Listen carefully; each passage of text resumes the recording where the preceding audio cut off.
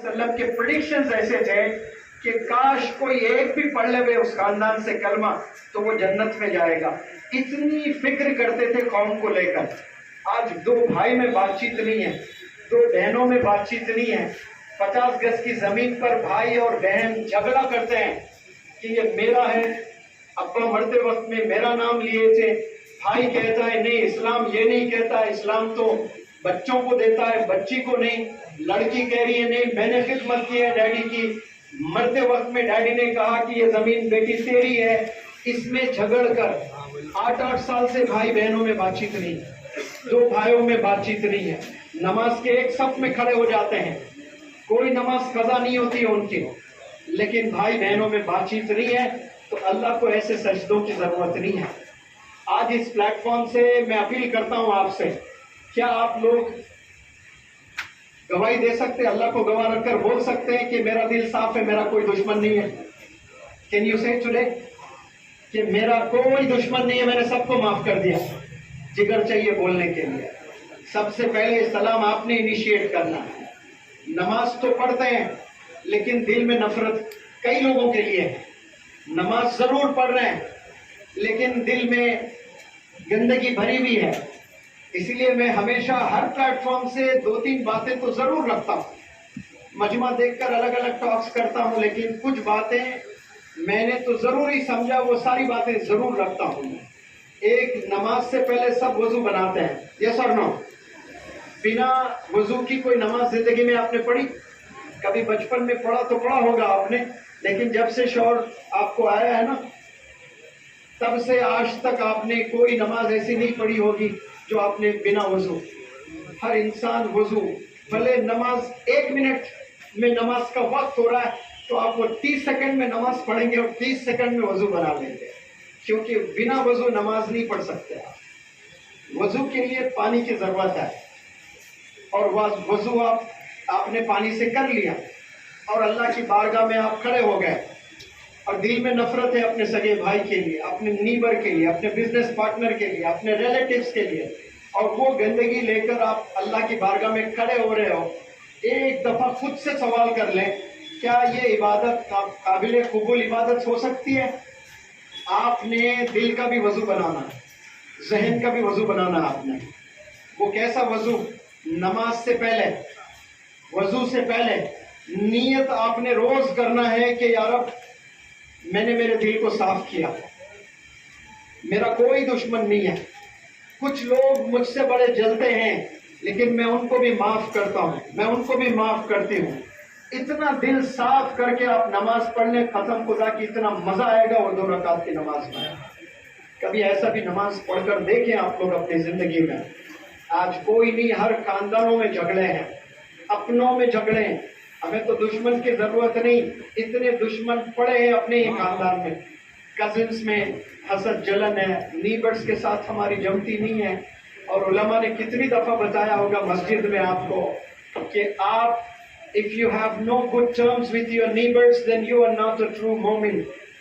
आप 5 वक्त नमाज पढ़ें, रोज कुरान की तिलावत करें, आप हफ्ते में 2-2 रोजे रखें, आप सखावत के बादशाह है, आप लुटाए गरीबों में पैसा, लेकिन आपके ताल्लुकात आपके नीबर से सही नहीं है। नीबर कोई भी हो सकता है, मुसलमान भी हो सकता है, हिंदू भी हो सकता है, गरीब भी हो सकता है, अमीर भी हो सकता है, क्रिश्चियन भी हो सकता है। सबसे हमने अच्छे रिलेशंस डेवलप करना है। हमारे प्रॉफेट मोहम्मद सल्लल्लाहु अलैहि वसल्लम को इस ज़मीन पर भेजा गया रहमतुल आलमीन बनाकर, रहमत बनाकर पूरे आलम के लिए भेजा गया। मुसलमानों के लिए नहीं भेजा गया, आलम के लिए भेजा गया। हम मुसलमानों से कितने नॉन मुस्लिम्स इम्प्रेस्ड हैं? आप जायजा लें इसका, कभी टेस्ट कर लें, आपको आंसर मिलेगा 0। क्यों? हमारे में वो किरदार ही नहीं है, वो कैरेक्टर ही नहीं है, वो फॉरगिविंग नेचर नहीं है, वो पेशेंस नहीं है, ये क्वालिटीज नहीं है। नमाजें हम पढ़कर समझते हैं कि हम मुकम्मल मुसलमान हैं। इस चीज से हम लोगों के दिलों में राज नहीं कर सकते। लोगों के दिलों को काउंटर करना है तो फॉरगिविंग, पेशेंस, ये क्वालिटी होना बेहद जरूरी है। ये क्वालिटी से आप इंशाअल्लाह बहुत आगे अपनी लाइफ में जा सकते हैं। यहाँ बहुत से यंगस्टर्स बैठे हैं, तो मैं चाहता हूँ उनके पेरेंट्स भी यही चाहते हैं मुझसे कि मैं एजुकेशन पर भी बात करूँ, तो आपके इल्म में कुछ चीज़ें मैं ले आना चाहता हूँ। मैं जिस शहर से आता हूँ उस शहर का नाम हैदराबाद, जो पढ़ाई में बड़ा मशहूर है, ज़बरदस्त स्कूल्स हैं, बेहतरीन कॉलेजेस हैं। मैं जब आसाम गया था पहली दफ़ा, मेरे उस्ताद हैं, मेडिकल डॉक्टर हैं, मौलाना बदरुद्दीन अजमल साहब के साथ बैठे, बोले कि भाई मुझे 2 ऐसे बंदों को दें जो 24 घंटे काम करने के लिए तैयार है। मैं आसाम पर कुछ डेटा बनाना चाहता हूँ। तो 3 दिन में मेरे उस्ताद ने कि आसाम में कितने मुस्लिम्स हैं, उनमें कितने ग्रेजुएट्स हैं, कितने अंडर ग्रेजुएट्स हैं, कितने एम्प्लॉयज़ हैं, कितने यहाँ स्कूल्स हैं प्राइवेट, कितने गवर्नमेंट स्कूल्स हैं, कितने कॉलेजेस हैं, यह पूरा डेटा 3 दिन में तैयार किया। और तैयार करके मौलाना बदरुद्दीन अजमल साहब को बताए कि पूरा आसाम मिलकर 500 डॉक्टर्स प्रोड्यूस कर रहा है। कितना? 500 doctors, Hindu, Muslims, government, private, सारे इदारे मिलकर 550 डॉक्टर्स को प्रोड्यूस कर रहा है। 550 डॉक्टर्स। हैदराबाद में 2 ही इंस्टीट्यूट्स मुस्लिम्स चलाते हैं, वो भी माइनॉरिटी इंस्टीट्यूट्स, ये 2 मिलकर 500 डॉक्टर्स को प्रोड्यूस कर रहा है। सिर्फ 2 ही कॉलेजेस, एक डेक्कन कॉलेज है और एक डॉक्टर विजारत रसूल खान के ग्रुप ऑफ कॉलेजेस हैं। ऐसे शहर से मैं आता हूं, लेकिन एक ऐसी न्यूज आपके बीच में रख रहा हूं कि 2023 में 12th में 12वीं जमात में 50% बच्चे फेल हुए हैं। कितने बच्चे फेल हुए? 50% बच्चे 12th में फेल हुए। इसका मतलब 50% बच्चे कामयाब हुए ना। लेकिन वो कामयाब भी मेरे नजदीक कामयाबी नहीं है, क्योंकि बॉर्डर 36, 37, 38 मार्क्स ले आकर बहुत से बच्चे कामयाब हुए। मेरा रिसर्च कहता है इंडिया में मुस्लिम जो यंगस्टर्स हैं 70% यंग बच्चे हैं, ये कुछ काम के नहीं है, ये वालिदैन पर बोझ बन बैठे हैं, बोझ, कुछ नहीं कर रहे हैं। वो घर वापस आते हैं 12 बजे, 1 बजे, 2 बजे। मेरे पास जो एडमिशन्स होते हैं ना बच्चों के पर्सनालिटी डेवलपमेंट में, you can not believe, 8th standard के बच्चे का एडमिशन माँ हैदराबाद का ही है, लेकिन उसको होटल में रखा जा रहा है, इन हाउस में। मैंने पूछा माँ से, आप तो हैदराबाद के हो, फीस 1000 एक्स्ट्रा क्यों दे रहे हो आप होटल में? ट्रेनिंग तो सुबह 9 से 5 बजे तक देता हूं मैं, आप लाएं 5 बजे तक पढ़ाएं, फिर लेकर चले जाएं घर में, एक्स्ट्रा 30,000 क्यों दे रहे हो? माँ रोते हुए कह रही है कि मेरा बच्चा सिगरेट पीता है रोज 10-10, और बच्चे की उम्र क्या है भाई? 8th स्टैंडर्ड पढ़ रहा है। ऐसे कितने बच्चे होंगे जो वालिदैन को पता भी नहीं कि वो क्या कर रहा है। इस माँ को बात पता चल गई, ये अलग बात है, लेकिन ऐसे कितने वालिदैन गाफिल है जो उन्हें पता भी नहीं है कि उनके बच्चे इस वक्त क्या कर रहे हैं। और लड़कियां माशाल्लाह बहुत तेजी से आगे बढ़ रही हैं, बच्चियां बहुत जबरदस्त पढ़ रही हैं। अब मैं यहाँ खड़े होकर के इतनी तारीफ कर सकता हूँ बच्चियों की कि बच्चियां फजर तक मेरा लेक्चर सुन सकते हैं। लेकिन याद रखें, ये एक बड़ा थ्रेट भी है हमारे लिए। सिर्फ बच्चियां अगर पढ़ेंगे और बच्चे नहीं पढ़ेंगे तो ये इस जमाने का सबसे बड़ा खतरनाक थ्रेट हमारी कम्युनिटी के लिए। अब उससे हम लोग जूझ रहे हैं, उससे हम लोग गुजर रहे हैं। लड़के निकम्मे होते जा रहे हैं, कोई ग्रेजुएशन नहीं है, कोई सर्टिफिकेट नहीं है, कोई स्किल नहीं है, ऑटो चलाने के अलावा कुछ नहीं कर सकते हैं, मैकेनिक भी नहीं बन सकते, वो भी एक स्किल है, वो भी एक हुनर है, कुछ काम नहीं आता है उन्हें। अब लड़कियां पोस्ट ग्रेजुएशन कर रही हैं, अब लड़कियों को शादी करना है, जवानी की उम्र में चले गए 25 साल, कोई लड़का नहीं मिल रहा। 100 लड़कियों पर 1 लड़का फिट बैठ रहा है। आप बताएं कि वो 99 लड़कियां कहां जाएं? घर में मर जाएं या फिर गैर मजहब में जाकर शादी कर लें? कहां जाएं? नौजवान बच्चियां निकम्मे होते जा रहे हैं, यंगस्टर्स हमारे, कोई पता ही नहीं है उनको एजुकेशन। वो समझते हैं कि 4 पैसे मैं टिकटॉक बना के कमा लूंगा। याद रखना, टिकटॉक से जो पैसा आता है उससे नस्लें नहीं बनेंगी, उससे कुछ पैसे जरूर आएंगे, नस्लें नहीं बनने वाली है आपके टिकटॉक से। मैं वीडियो पर अगर बैठा, कसम खुदा की सिद्दीक भाई 5000 और वीडियोस बन सकते मेरे पास में, और महीना 10-20 लाख मेरी कमाई हो सकती है।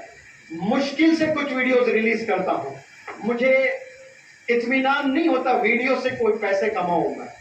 अब वो टिकटॉक में कोई नाच के कमा रहा है, कोई गा के कमा रहा है, लड़कियां बुर्खों में रहकर क्या गंदी गंदी हरकतें कर रही हैं, क्यों? कुछ पैसा मिल रहा है, उस पैसे से कुछ पल की खुशी जरूर मिलेगी आपको, लेकिन याद रखना उससे नस्लें नहीं बनने वाली हैं, नस्लें बिगड़ने वाली हैं, शादियां टूटने वाली हैं उससे। वही लड़कियां जो टिकटॉक पे नजर आएंगे, शादी के बाद वो हस्बैंड के माँ बाप उस वीडियो को लेकर कितने तंज कसेंगे आप लोग को आइडिया भी नहीं है, और वालिदैन अपने लड़कियों को रोक भी नहीं रहे। कितने नौजवान बच्चियां वीडियोस बनाकर डाल रहे हो, क्या मिल रहा है उससे? सोचने की बात है, कुछ नहीं मिलने वाला है आपको। कुछ मिलेंगे आपको सब्सक्राइबर्स, कितने मिलेंगे आपको? 10 मिलेंगे, 100 मिलेंगे, 200 मिलेंगे, 1000 मिलेंगे, 10,000 मिलेंगे, क्या होने वाला है उससे बताएं?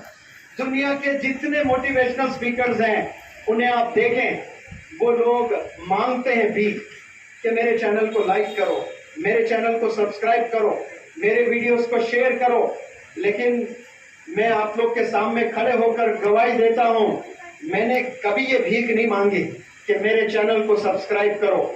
और सिद्दीक भाई, अभी इस वर्कशॉप में 600 स्टूडेंट्स थे, 300 लड़कियां थे।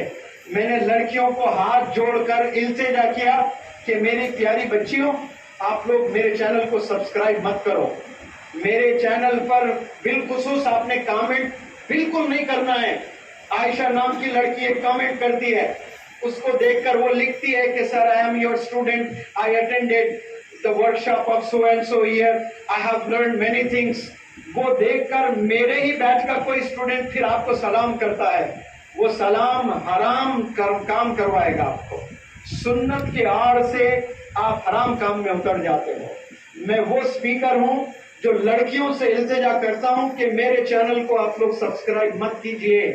मेरा वीडियो कितना भी पसंद आवे आपको, कमेंट अल्लाह के लिए मत कीजिए, क्योंकि वो कमेंट बॉक्स में हजारों नौजवान बच्चे आप पर टूट पड़ते हैं और आप पर भी शैतान सवार है, कभी ना कभी फिसल जाओगे आप। आपने सोशल मीडिया से बचना है। ये एक ऐसा प्लेटफॉर्म है, ओवरनाइट आपको तबाह कर देता है, ओवरनाइट। आपके दादा शेखुल हदीस, आपके दादा चीन के एम्बेसडर, लेकिन सोशल मीडिया एक कमेंट की वजह से पूरी जिंदगी तबाह हो जाती है आपकी। इस डगर पर आकर हमारे यंगस्टर्स पहुंचे हैं, नौजवान बच्चे पढ़ाई से दूर, लड़कियां बहुत पढ़े जा रही हैं, लेकिन अल्टीमेट उन्हें शादी तो करना है, तो शादी किससे करें? जाकर बॉलीवुड स्टार से करें जो तबाह कर दे, 3 महीने रखकर फिर बाद में छोड़ दे। और लड़कियों से भी अपील करता हूं, आप लोग शादी करें, अपनी खानदानों में शादी करें, जानने वालों में शादी करें। अनबन हो तो पैचअप होने में बहुत आसानी होती है, वरना लड़का पता नहीं, लड़के वाले घर वाले पता नहीं, शादी करें, दूसरे दिन रिश्ते टूट रहे हैं। दूसरे दिन रंग देखकर आपने शादी किया, लेकिन आपने ढंग नहीं देखा, कौन से घर के हैं, कैसे हैं, कुछ नहीं पता है, अजीब रिश्ते टूट रहे हैं। वालिदैन को परेशान करने वाली कौम हो गई है। इसलिए मैं वीडियोस बनाता हूं साइलेंट किलर के नाम से, साइलेंट किलर के नाम से वीडियोस बनाता हूं। वो इसलिए कहता हूं मेरी कौम को साइलेंट किलर्स, क्योंकि आपके वालिदैन को बीमारी आनी है 65 साल के बाद, और आपकी वजह से 40 साल में बीमार होते जा रहा है। किसी को थायराइड आ रहा है, किसी को ब्लड प्रेशर आ रहा है, किसी को डायबिटीज आ रहा है। आना कब था? 50-65 साल में। लेकिन आपकी हरकतों की वजह से आपके वालिदैन बीमार होते जा रहे हैं, और उस बीमारी में एक दिन आएगा वो दुनिया छोड़कर चले जाएंगे। तो वो मौत सबब कैसी हुई? मौत तो सबने मरना है, लेकिन सबब आप बन गए हो। रोज़े क़यामत में अल्लाह आपसे कहेगा कि तेरी वजह से इसकी मौत हुई है। मौत तो होनी थी, लेकिन ये जो घुट घुट कर तेरा बाप मर गया ना, ये घुट घुट कर तेरी जो माँ मर गई थी, ये तेरी वजह से। तो हम तो कातिल हुए माँ बाप के। अब जो माँ बाप के कातिल है वो ताजमहल भी बना ले, वो प्राइम मिनिस्टर भी बन जाए, वो प्रेसिडेंट भी बन जाए, वो बिल गेट्स से ज्यादा पैसे भी बना ले, अल्लाह के नजदीक कोई कदर नहीं है उन पैसों की, उन रिकॉग्निशंस की, उन अकम्पलिशमेंट्स की। पहले हमने वालिदैन को राजी करना है। आपको पूरी दुनिया, काफिला आपके साथ है। मैं अगर ऐसा पलटूं, मेरे पीछे मेरा दुनिया है, फॉलोअर्स हैं, 100 बिलियन लोग फॉलो कर रहे हैं मेरे पीछे, और मेरे 2 वालिदैन वहां खड़े हैं और मुंह फेरे हुए हैं, नाराज है, भाड़ में जाइए सब लोग। मेरे वालिदैन अगर मुझसे राजी नहीं है तो अल्लाह कह रहा है कि मैं भी राजी नहीं। वालिदैन अगर नाराज तो अल्लाह कह रहा है मैं भी नाराज। अब जो रब है, power of all powers, king of all Kings, if he is डिस्प्लीज with you, कुछ कर सकते हैं आप? क्या आपकी आंखों ने नहीं देखा? ऐसे कई लोग जिनके हाथ नहीं है, ऐसे कई लोग जिनके पैर नहीं है, ऐसे कई लोग जिनके किडनी फंक्शन नहीं कर रहे हैं, हॉस्पिटल्स में जाएं पता चलेगा। चलते हुए जा रहे हैं, एक्सीडेंट मेरा आपका कल हो सकता है। आज तारीख है, तारीख भी नहीं पता चल रहा है, इतना घूमते काम कर रहा हूं मैं जी। 14 जून है। 15 जून को आप खबर पढ़ सकते हैं कि मुनव्वर जमा का रोड पर एक्सीडेंट हुआ है। आपका रोड पर एक्सीडेंट हुआ है, 2 पैर चले गए, जिंदगी में फिर चल नहीं सकते। अल्लाह हिफाजत फरमाए। रोड पर एक्सीडेंट हो रहे कि नहीं हो रहे? हाँ जी, कभी देखिए आपकी आंखों ने किडनीज फेल हो गए, कभी देखिए आंखों ने, ये कल खबर आ सकती है। और आज हम लोग बड़े इतरा रहे हैं, वालिदैन से हम लोग दूर होते जा रहे हैं। हमने अल्लाह को राजी करना है, सबसे पहले याद रख लें। अल्लाह राजी नहीं है, आप साइंटिस्ट भी बन जाए, सुकून नहीं मिलेगा आपको। आपके पास डॉलर्स होंगे, आपके पास रोल्स रॉयस गाड़ी होगी, आपके पास में बंगलोज होंगे, एक चीज की तलाश में भटकते रहोगे दुनिया भर, वो एक चीज आपको नहीं मिलेगी, और वो चीज है सुकून। वो सुकून आपको झोपड़पट्टियों में मिलेगी जब अल्लाह आपसे राजी है। सुकून बहुत बड़ी चीज है, सबको मैसर नहीं होती है सुकून। आज ऐसे बिलियनियर्स हैं डिप्रेशन में, पैसे वाले हैं डिप्रेशन में हैं। आज हम बॉलीवुड के हीरो हीरोइंस को देखकर बड़े इतराते हैं कि काश मैं भी ऐसा होता। हम समझते हैं कि यही एक असली जिंदगी है। कितनी अच्छी जिंदगी गुजार रहे बॉलीवुड के स्टार्स। यकीन जाने वो इतने दिल मैला होता है उनका, इतनी हसद जलन होती है अपने को एक्टर्स के कामयाबी को देखकर, रातों की नींद हराम हो जाती है उनके। आज 90% जो यंगस्टर्स है ना, वो बॉलीवुड स्टार्स के पीछे भाग रहे हैं। इसी शहर में 2013 में पहली दफा मिल्लत में पढ़ाने आया था मैं। 30 दिन पढ़ाया, वहां का माहौल देखा, वहां का डिसिप्लिन देखा। बिलखुसूस सिद्दीक भाई जो बैठे हैं, तशरीफ फरमा है, मिल्लत के रूए रवा हैं। आपका स्टाइल ऑफ वर्क देखा। शाम में 5 से 6 बजे मिल्लत के गेट के पास जो वॉचमैन बैठता है वो आप बैठते हैं। मैंने देखा ये वॉचमैन की सीट पर ये क्यों बैठे हैं भाई? और बाद में पता चला कि औरतें जो बेवा औरतें हैं, मिस्कीन औरतें हैं, वो सारे औरतें आकर मेडिसिन लिखा लेती हैं कि ये मेरे बीमारी है, 15 दिन की दवाई चाहिए, तो ये साइन करते हैं 15 दिन की मेडिसिन फ्री, 10 दिन की मेडिसिन फ्री, और महीने की बिल आ रही है 5 लाख 10 लाख रुपए, और 1 घंटा बैठकर काम कर रहे हैं। एक दफा बैंड्रा में बहुत बड़ा इज्तिमा था।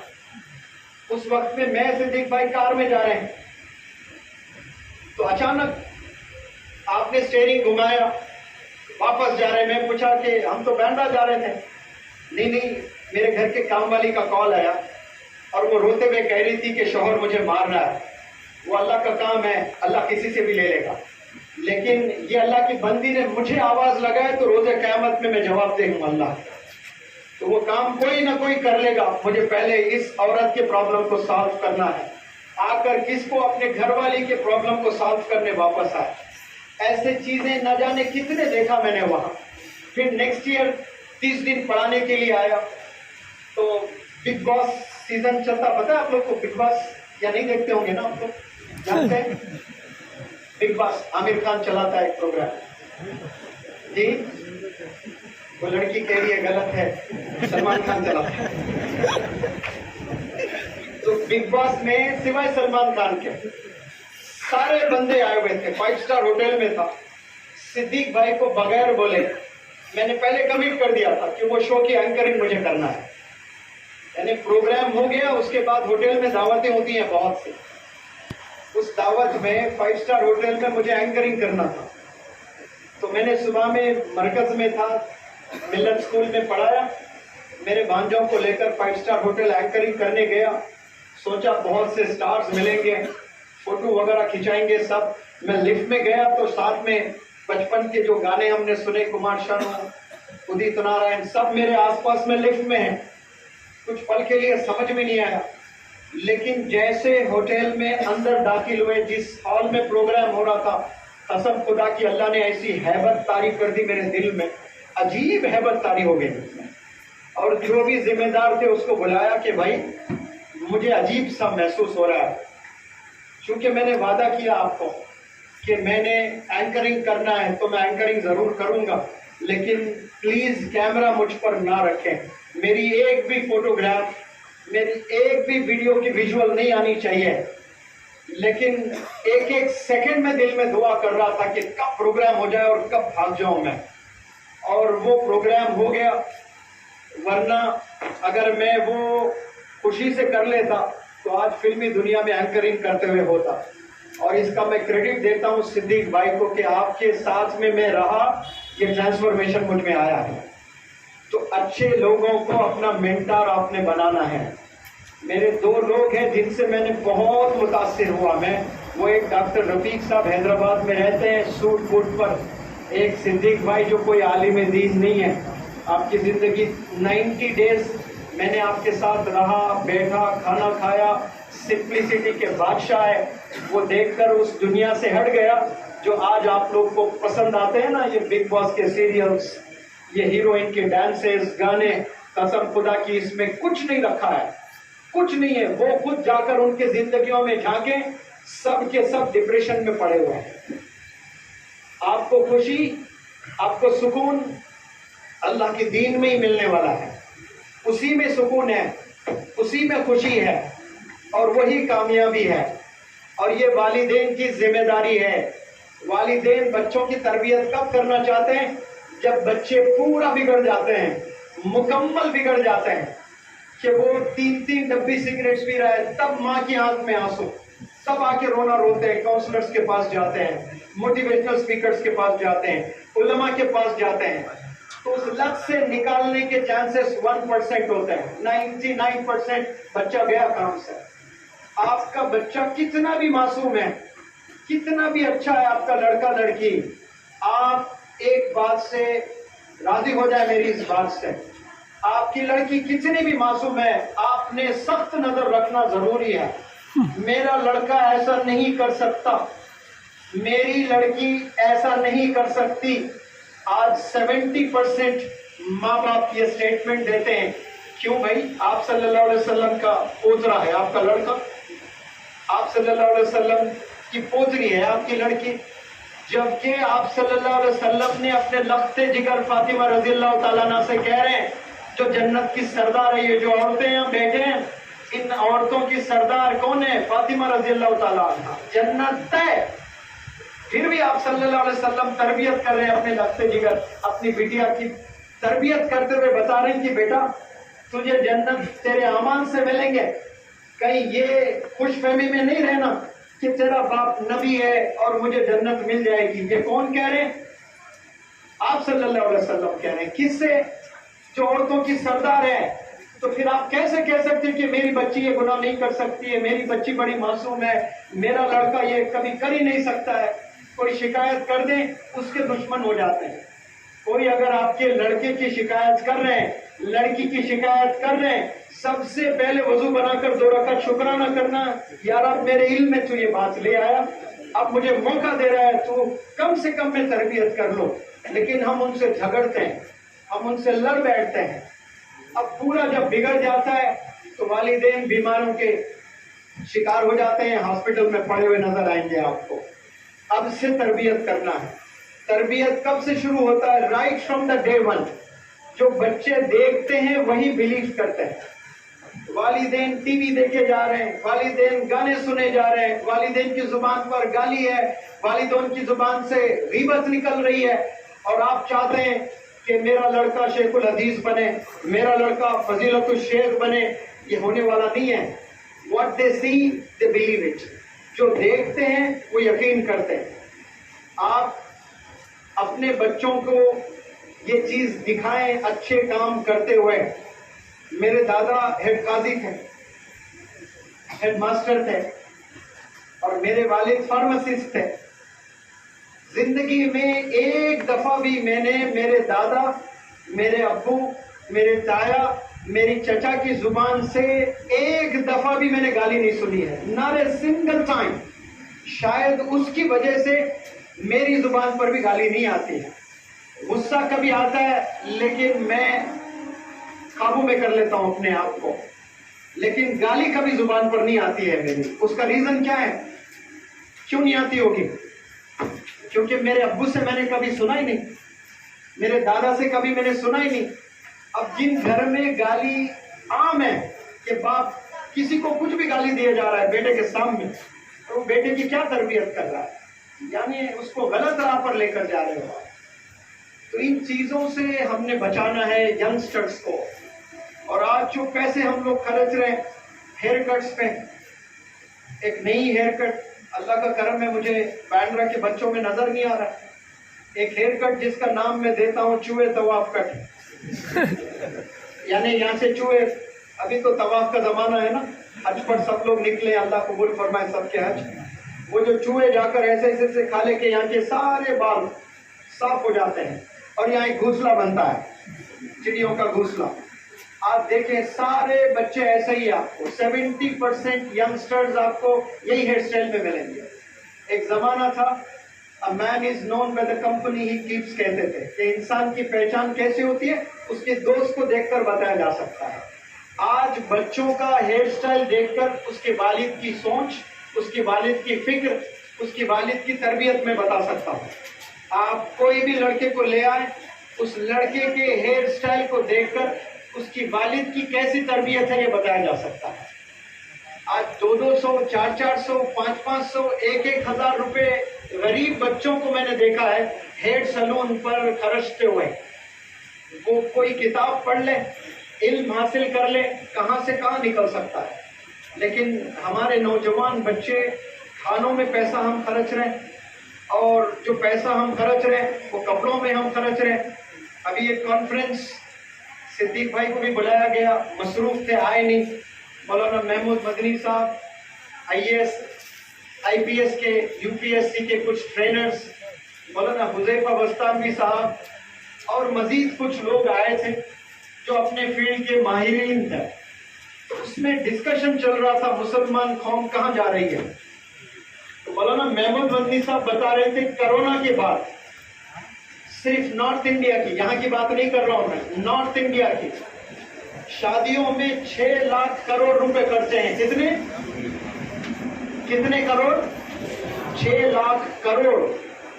कसम खुदा की वो पैसा अगर एजुकेशनल इंस्टीट्यूशंस पर लगाए, आपको हर मोहल्ले में एक मौलाना अबुल कलाम आजाद दिखेगा, हर मोहल्ले में एक सर सैयद दिखेगा आपको। फिर वो अशरफ अली थानवी रहमतुल्लाह अलैह के परछाई आपको नजर आएगी। अगर ये पैसा काश इंस्टीट्यूट पे लगाते हम, 6 लाख करोड़, आपको लिखने भी नहीं आएगा अगर मैं पेन पेपर दूं। 1 करोड़ के कितने जीरो है हमारे कौम के 90% लोग को नहीं पता है। $1 मिलियन के कितने हैं नहीं पता है हम लोग को। मेहनत करके लोग कहां से कहां चले गए। हैदराबाद का एक लड़का सत्या नडेला, जानते हैं आप लोग? बहुत कम लोग जानते हैं यहाँ। सत्या नडेला, ईमान से हाथ उठाए, सच बोले कितने लोग जानते हैं सत्या नडेला? माइक्रोसॉफ्ट जानते हैं आप लोग? माइक्रोसॉफ्ट सब लोग जो लैपटॉप वगैरह यूज करते हैं उसका CEO है, फाउंडर बिल गेट्स है। लेकिन उसने टैलेंट देखा एक लड़के में, तो उसको बुलाकर अपनी कुर्सी दे दिया। ये कुर्सी जो दिख रही है ना, यही फसाद की जड़ है। ये स्कूल्स में, कॉलेजेस में, इंस्टीट्यूट्स में, इदारों में, NGOs में, अब मैं नाम नहीं लेना चाहता हूं, हर जगह कुर्सियों की वजह से फितने फैले हैं हमारी कौम में। बढ़ गए हम लोग मसलकों में सिर्फ कुर्सियों की वजह से। बिल गेट्स अपने बेटे को नहीं बिठाया इस कुर्सी पे लाकर, बिल गेट्स ने बिठाया हैदराबाद के एक बंदे को जिसका नाम Satya Nadella, and he is the CEO today. आपको पता है उसकी सैलरी कितनी है? महीने की सैलरी वो करीब 500 या 100 करोड़ उसकी सैलरी है। एक महीने में कितना पैसा बनाता है वो? अरे बोले भाई 100 करोड़ कमा रहा है। बिल गेट्स को कुछ फर्क नहीं पड़ रहा है, अरे भाई ये इंडियन है, ये हिंदू है, इसको मेरी कुर्सी क्यों दूं, इसको इतने करोड़ पैसे क्यों दूं मैं। वो लोग टैलेंट की पूजा करते हैं, वो लोग टैलेंट को सलाम करते हैं। हमारे जो इदारे हैं, हमारे जो एनजीओज हैं, हमारी जो जमातें हैं, हम चाहते हैं कि वो कुर्सी पर मेरा ही बेटा बैठे हैं, मेरा ही पोता बैठे हैं। वो निकम्मा क्यों ना हो लेकिन उस पर वही बैठना चाहिए। इसमें हमारी कौम 90% तबाह हो गई। आप लोग गूगल जानते हैं? गूगल का जमाना है, सब लोग गूगल पर सर्च करते हैं। गूगल का जो सीईओ है सुंदर पिचाई है, उसकी तो 500 करोड़ सैलरी है, एक महीने की 500 करोड़ कमा रहा है। वो कुर्सी पर बिठा दिया, गूगल का जो भी फाउंडर है वो लाकर कुर्सी पर बिठाया सुंदर पिचाई को। वो लोग टैलेंट को बिठा रहे हैं और हम लोग मेरा ही बेटा इस एनजीओ का सक्सेसर बनना चाहिए, जानशीन बनना चाहिए। आप देखिए किस सिंह हमारी कौम जा रही है। हम टैलेंट को सलाम नहीं कर रहे हैं, टैलेंट को हम प्रमोट भी नहीं करते हैं। हमारे एनजीओ मदद भी करते हैं तो मिस्किनों की मदद, यतीमों की मदद, कुछ हवाले ला लेते हैं यतीमों के, कुछ हदीसें लाकर बस यतीम पर पैसा खर्च हो। अगर टैलेंटेड भी बच्चा है, उसके पास कुछ पैसा है लेकिन उसके ख्वाब बड़े हैं, वो कुछ करना चाहता है, तो पूरे मोहल्ले वाले उसको पैसा इकट्ठा करके उसका वो ख्वाब पूरा करना चाहिए। शादियों में हम कितना पैसा लुटा देते हैं, लेकिन यंगस्टर्स अगर टैलेंटेड हैं, कोई बंदा अगर साइंटिस्ट बनने का जुर्रत रखता है और उसमें वो एबिलिटीज है, तो बांद्रा में जितने पेरेंट्स हैं वो सब पेरेंट्स कंट्रीब्यूट करने की जरूरत है, तब जाकर यहाँ से रोल मॉडल्स निकलेंगे इंशाअल्लाह। मेरा बच्चा कामयाब होना चाहिए, मेरी बच्ची कामयाब होनी चाहिए। इससे कामयाबी असली नहीं मिलने वाली है अपने को। जो टैलेंटेड है पहले उसको कामयाब करना है, उससे ये चीज स्प्रेड होगी और दूसरों में आएगी। तो टैलेंट को सलाम करना शुरू करो, टैलेंट को रिकॉग्नाइज करना शुरू करें यहाँ के जिम्मेदारान, टैलेंट्स की स्पॉन्सरशिप लेना शुरू करें आप लोग, टैलेंट्स को एक्नॉलेज करें, ऑनर करें, अवार्ड्स दें, तो उसको एक हिम्मत मिलती है। अब मैं 3 लाख बच्चों को पढ़ाया, कितने बच्चों को? 3 लाख बच्चों को मैंने पढ़ाया, 22 स्टेट्स में जाकर पढ़ाया। मेरे वीडियोस झोपड़पट्टियों में चले गए, घरों में चले गए, दूसरे कंट्रीज के घरों तक चले गए। आज तक कोई एनजीओ आकर मुझसे ये नहीं पूछा आपको कुछ चाहिए कौम को बनाने के लिए, बताए हम तैयार हैं आपकी मदद करने के लिए। आज भी 2023 में 3 लाख बच्चों को पढ़ाने के बाद मुनव्वर जमा की खुद की ऑफिस नहीं है। ऑफिस तो बड़ी चीज है, कैबिन नहीं है मेरे पास में, लेकिन पढ़ाने की जरूरत रख रहा हूं मैं, अल्हम्दुलिल्लाह पढ़ा रहा हूं। लेकिन सबका जिगर ऐसा नहीं होता है, हिम्मत हार जाते हैं। Without office, without cabin, without much staff, I am travelling and I am teaching माशाअल्लाह। लेकिन सब नौजवानों में इतनी जरूरत का हिम्मत खो बैठता है। क्यों? कि हम लोग मेरे जैसे और कितने पढ़े हुए होंगे इंडिया में जो मैथ्स के एक्सपर्ट है, जो कंप्यूटर्स के एक्सपर्ट है, जो मोटिवेशन मुझसे अच्छा दे सकते हैं, उन बेचारों को प्लेटफॉर्म ही नहीं मिल रहा। मैं बांद्रा के जिम्मेदारान को सलाम करता हूं कि आपने मुझे यहाँ पर बुलाया है, आपने मुझे यहाँ मौका दिया है। हालांकि घर में मेरा इंतजार चल रहा है, हज पे मुझे निकलना है और कल ही मुझे पता चला है कि मेरा नाम हज में आया है। गवर्नमेंट ऑफ सऊदी अरेबिया जो किंग के गेस्ट होते हैं वो एज ए गेस्ट बनकर मुझे जाने का मौका मिल रहा है। तो अम्मी ने तो कहा फौरी आ जाओ, लेकिन सिद्दीक भाई को मैं ऑनर करता हूँ, उन्हें बात दे दिया था मैंने कि बांद्रा का प्रोग्राम करूंगा। तो मैं यहाँ पर बहुत दूर नाला सुपारा से आया हूँ और मैं इंशाल्लाह यहाँ आता भी रहूंगा और आप सब लोग से इल्तिजा भी करता हूँ कि आप लोग की कामयाबी याद रखें पैसों में नहीं है, अगर आप वीडियोस बनाकर आप महीना 5 लाख भी कमा रहे हो, कसम खुदा की वो कामयाबी की दलील ही नहीं है। कामयाबी एजुकेशन से ही आती है, याद रखना। सिवाय एजुकेशन के दूसरी लाइन में कामयाबी नहीं है। यानी एजुकेशन अल्लाह को समझना, अल्लाह के करीब होना। अब जो बंदा अल्लाह के करीब नहीं होता है, जो बंदा अल्लाह के करीब नहीं होता है, अब दुनिया के पूरे स्किल्स भी सीख ले वो, फिर उसकी कामयाबी नहीं है। उसने परेशानी देखना लाजिम है, उसने मजे चखना ही परेशानी है। आज उसी के पीछे दौड़ रहे हैं वो। 4 पैसा आपको मिल रहा है वीडियोस बनाने में, आप उसको करियर बना रहे हो। मैं आपसे हाथ जोड़कर इल्तिजा करता हूँ, वीडियोस को अपना करियर मत बनाओ, एजुकेशन हासिल करो। अल्लाह ने जब दुनिया को बनाकर दुनिया वालों को जन्नत में भेजने का अल्लाह ने फैसला किया, तो अल्लाह ने पहले आप सल्लल्लाहु अलैहि वसल्लम को इस ज़मीन पर उतारा, मुअल्लिम बनाकर, टीचर बनाकर। उसके बाद अल्लाह ने एक किताब को नाजिल किया जिसका नाम है अल कुरान। यानी अल्लाह 2 चीजें दिया कामयाबी के लिए। कितनी चीजें? 2, एक टीचर और एक किताब। तो अगर आप लोग कामयाब होना चाहते हो तो आप अपना हाथ एक टीचर का थाम लें, जो अल्लाह से जोड़े, जो इल्म से जोड़े, जो स्किल से जोड़े, और एक हाथ किताब पकड़ लें अपने हाथों में। तो फिर इंशाअल्लाह कोई आपको कामयाब होने से रोकेगा नहीं। लेकिन अफसोस, हम एक हाथ में मोबाइल पकड़े हुए हैं और एक हाथ में सिगरेट, गुटखा, पता नहीं और क्या क्या आते हैं, वो चीज़ों में मुलविस है। अभी मैं सूरत में एक सेशन किया था, 35,000 नौजवान बच्चे बच्चियां पेरेंट्स आए थे, 35,000 very recently, a few days ago. तो वहाँ पुलिस की भी बड़ी हुजूम थी, 40-50 पुलिस ऑफिसर्स, कांस्टेबल्स भी आ गए थे कि ये बंदा क्या बोलेगा।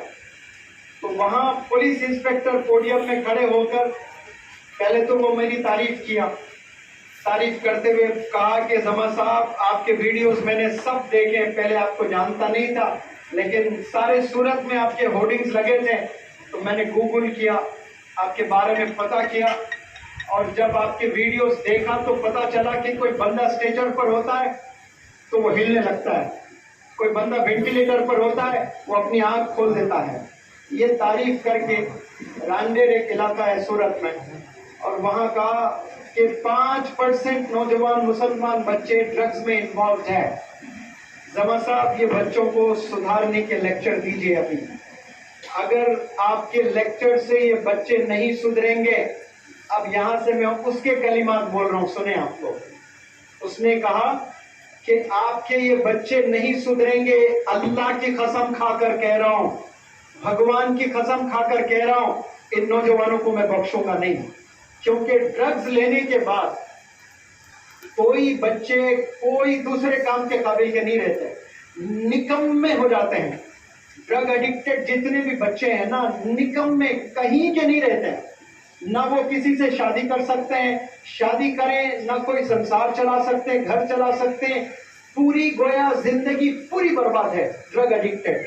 आज हर शहर में, बिलखुसूस कर्नाटका, बेंगलुरु के बच्चे इतने मेरे पास एडमिशन लेते हैं, जो पेरेंट्स ले आते हैं ये शिकायत लेकर कि मेरा बच्चा ड्रग एडिक्ट है।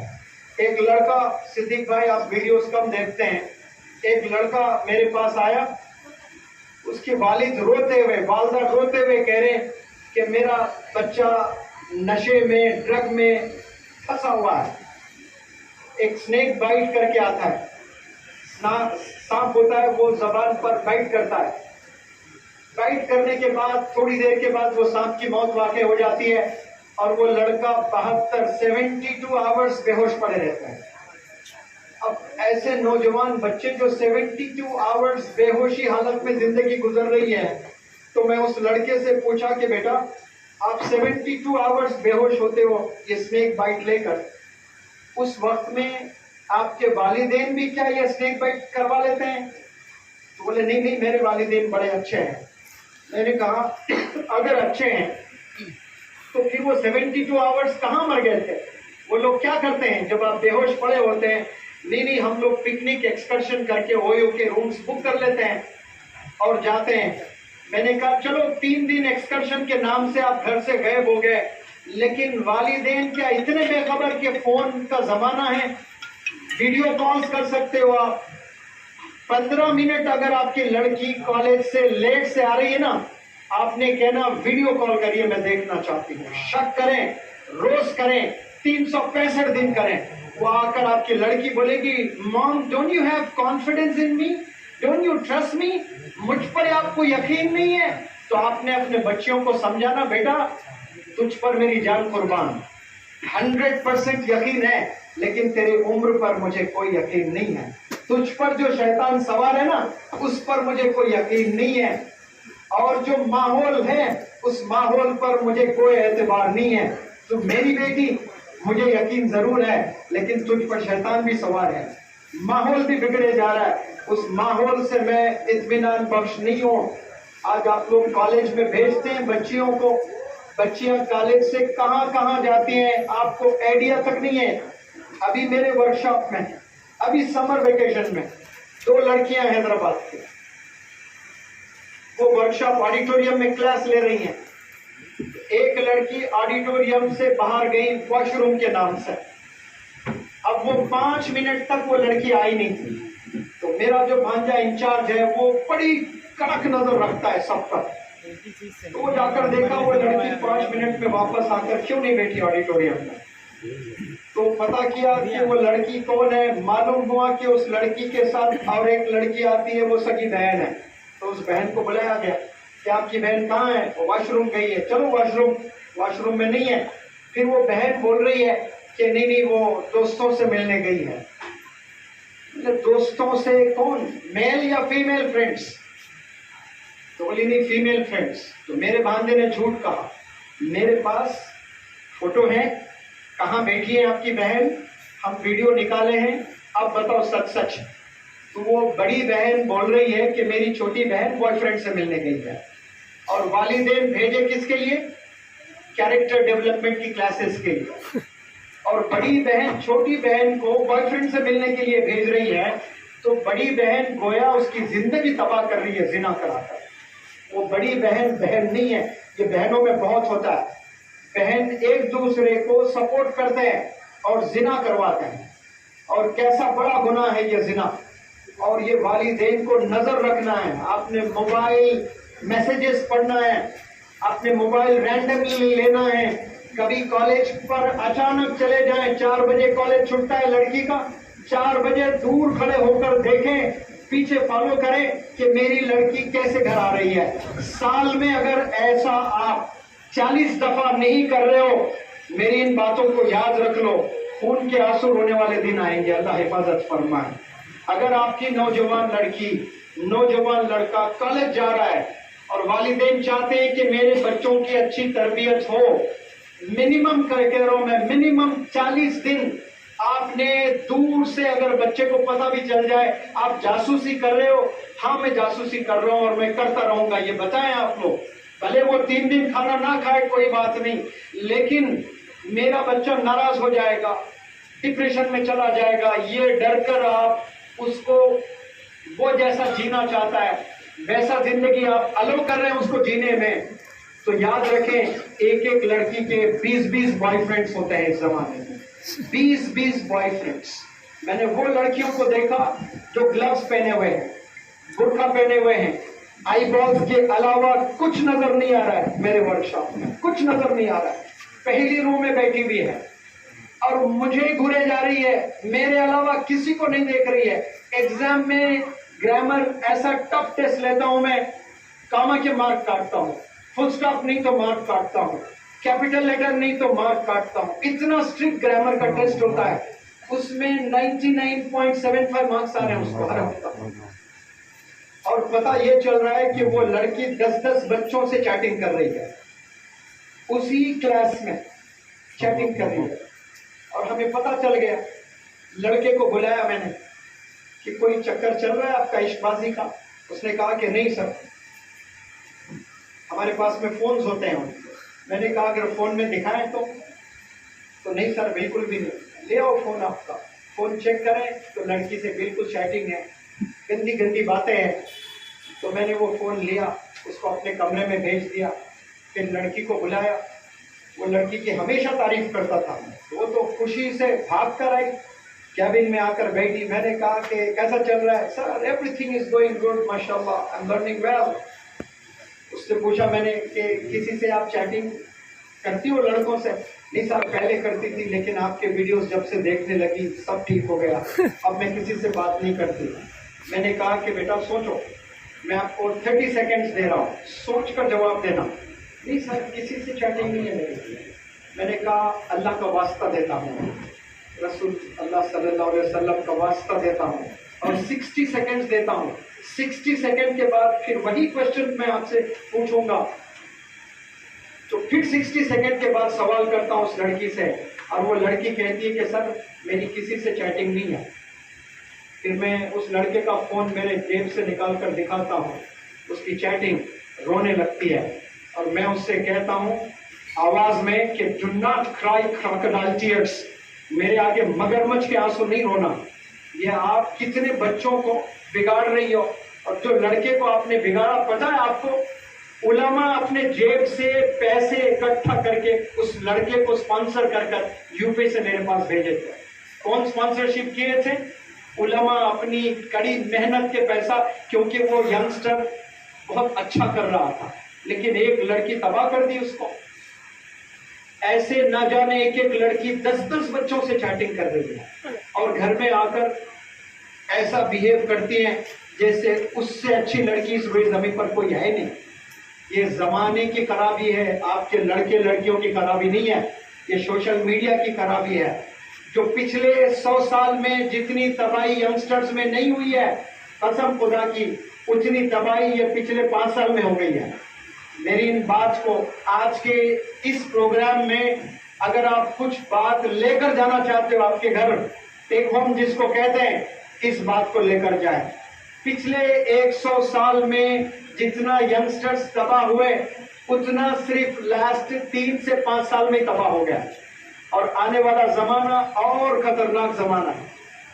70, 80, 90% बच्चे डिप्रेशन में जा रहे हैं, ख्वाहिशात सबके बढ़ गए।